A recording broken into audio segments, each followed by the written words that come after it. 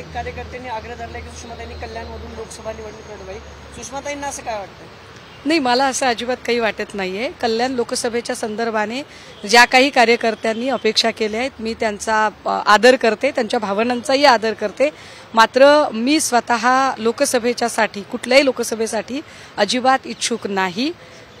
कल्याण लोकसभेचा उमेदवार आपल्याला 2 ते 3 दिवसांमध्ये निश्चितपणे कळेल आणि मला वाटते तो बऱ्यापैकी आता फायनल झालेला आहे. कालपासून दिल्लीमध्ये 2 जागा भाजपसोबत जाण्याची चर्चा. अमित ठाकरे यांना पण पण या सगळ्यातनं एक गोष्ट म्हणजे त्यांनी कुठे जावं तो त्यांचा प्रश्न आहे. पण पुन्हा एकदा ही गोष्ट अधोरेखित होते की भाजपाकडे स्वतःचे असे नेते शिल्लक राहिलेले नाहीत. सन्माननीय देवेंद्र फडणवीसांनी महाराष्ट्रातले एक एक करून सगळे नेते संपवलेले आहेत. त्यामुळे भाजपला काँग्रेस, राष्ट्रवादी काँग्रेस, शिवसेना आणि आता अगदी महाराष्ट्र नवनिर्माण सेना सुद्धा नेते आयात करावे लागत आहेत. नेते सगळीकडनं त्यांना जमा करावे लागत आहेत. ठिगळाठिगळांची गोधडी म्हणजे भाजपा असं म्हटलं तरी चालेल. ताई, पण उद्धव ठाकरेंचा जो स्पेस आहे महायुतीतला किंवा भाजप आणि सेनेचा तो राज ठाकरेंमुळे भरून काढण्याचा प्रयत्न भाजप करते असं कुणी कुणाचा स्पेस भरून काढू शकत नसतं. उद्धव ठाकरे एक असं नाव आहे की सन्माननीय पक्षप्रमुख उद्धव साहेब मातोश्रीवर असायचे आणि अमित शहा असतील किंवा मोदी असतील ते स्वतः मातोश्रीवर येऊन बोलणी करायचे. हा फरक आहे की इथल्या लोकांना दिल्लीमध्ये जाऊन तिकडे कुर्निसात करावा लागतो. त्यामुळे उद्धव साहेब आहेत. ताई, पवार साहेब 3 लोकसभांमधून लढावे अशी कार्यकर्त्यांची इच्छा व्यक्त केलेली आहे. पवार साहेबांना तशी मागणीही कार्यकर्त्यांकडून केली गेलेली आहे. कसं पाहताय? नाही, पवार साहेब कुठेही उभे राहिले तरी ते निवडूनच येणार आहेत.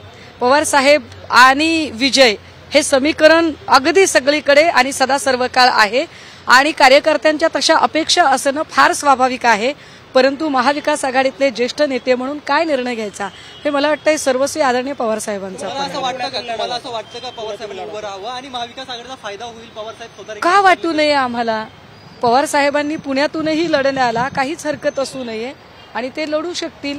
परंतु निर्णय काय घ्यायचा हे सर्वतः ते खूप ज्येष्ठ नेते आहेत आणि आम्ही त्यांना सांगावं, सुचवावं इतकी आमची प्रज्ञा नक्कीच नाही. मला वाटतं आदरणीय पवार साहेब त्यांचा निर्णय ते घेतील. महाविकास आघाडीच्या जागा वाटपात उद्धव ठाकरेंना सगळ्यात जास्त जागा मिळण्याचा एक अंदाज आहे. 22च्या वर जागा मिळतील वाटते असं काही बोलणी झाली आहे. किती? अहो, मग हेच आम्ही सांगतोय, ती ओरिजिनल शिवसेना आहे.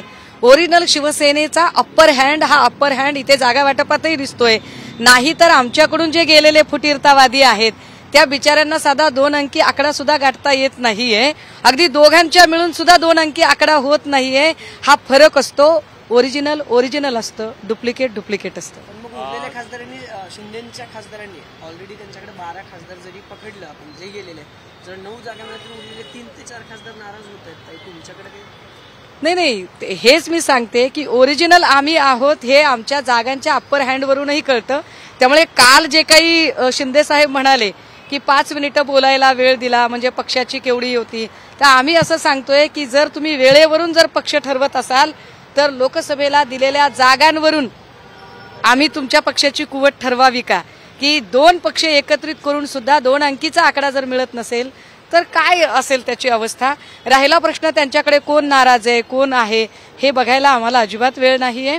कारण मला असं वाटतं की सन्मान्य पक्षप्रमुख उद्धव साहेबांचे ज्या पद्धतीने झंझावाती दौरे महाराष्ट्रभर चालू आहेत, आता पुन्हा एकदा आदित्य सरांचे दौरे चालू होतील आणि एकूण आम्हा सगळ्यांचे दौरे, मला वाटते आम्ही आमचा पक्ष पुन्हा एकदा ताकदीने उभे करण्यासाठी पूर्ण ताकदीने उतरलेलो आहोत. बाकी इतर पक्षांचं काय चाललंय, त्यांच्या पक्षात काय आहे इकडे आम्ही बघत नाही. पण जशा आमच्या जागा जास्त दिसत आहेत तुम्हाला, अगदी त्याच पद्धतीने जे वोटिंगचे सर्वे येत आहेत त्या सर्वेमध्ये सुद्धा फुटीरतावादी लोकांना जागा जास्त मिळणार नाहीत असे सुद्धा सर्वे येत आहेत. या सर्वेमध्ये सुद्धा आमचा अप्पर हँड दिसतो.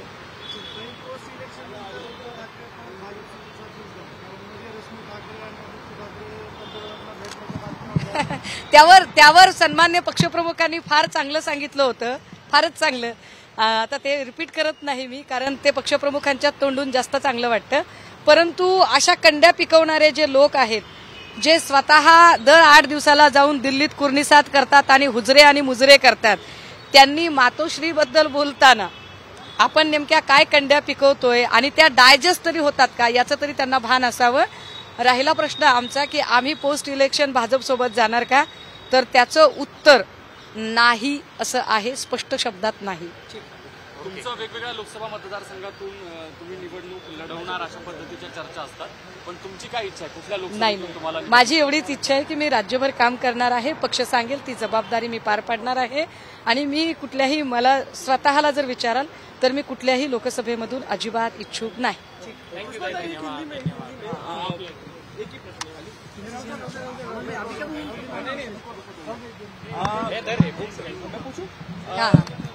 एनडीए में एमएलए शामिल हो सकती है, ऐसी चर्चाएं चल रही है, वहाँ पे मीटिंग हुई है दिल्ली में, आप कैसे देखते हैं? मुझे क्या देखना है, जिस पार्टी का इकलौता एमएलए था वो भी पहले से बीजेपी में जा चुका है, उनके कहाँ होने से या ना होने से हमें क्या फर्क पड़ता है. तो मुझे नहीं लगता कि मुझे इस पर कोई ज्यादा टिप्पणी देने की जरूरत है.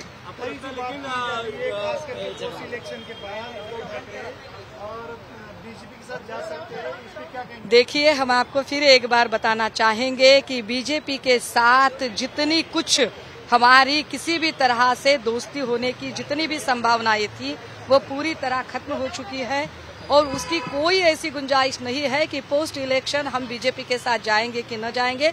तो बिल्कुल नहीं, कतई नहीं, क्योंकि अगर ऐसा करना एक तरह से महाराष्ट्र के जो मतदाताएं हैं, महाराष्ट्र की जो जनता है, उनका जैसे विश्वासघात होगा, जो हम कतई नहीं करना चाहते हैं. जिस तरह के 19 में क्या नहीं 19 में हमने बात नहीं तोड़ी थी. 19 में जो हुआ था कि अमित शाह ने जो शब्द दिया था, जो वादे किए थे, वो वादे उन्होंने तोड़ दिए थे. और जिन लोगों ने कहा था कि शिवसेना का सीएम हमें नहीं चाहिए, अब उन्हीं लोगों ने शिवसेना में से एक गुट को अलग करके उन्हीं का सीएम बना दिया. तो एक तरह से बीजेपी जो है वो बिल्कुल ही अपने शब्दों की पक्की नहीं है, इसलिए ऐसे लोगों के साथ जाने की कोई गुंजाइश, कोई संभावना होती नहीं.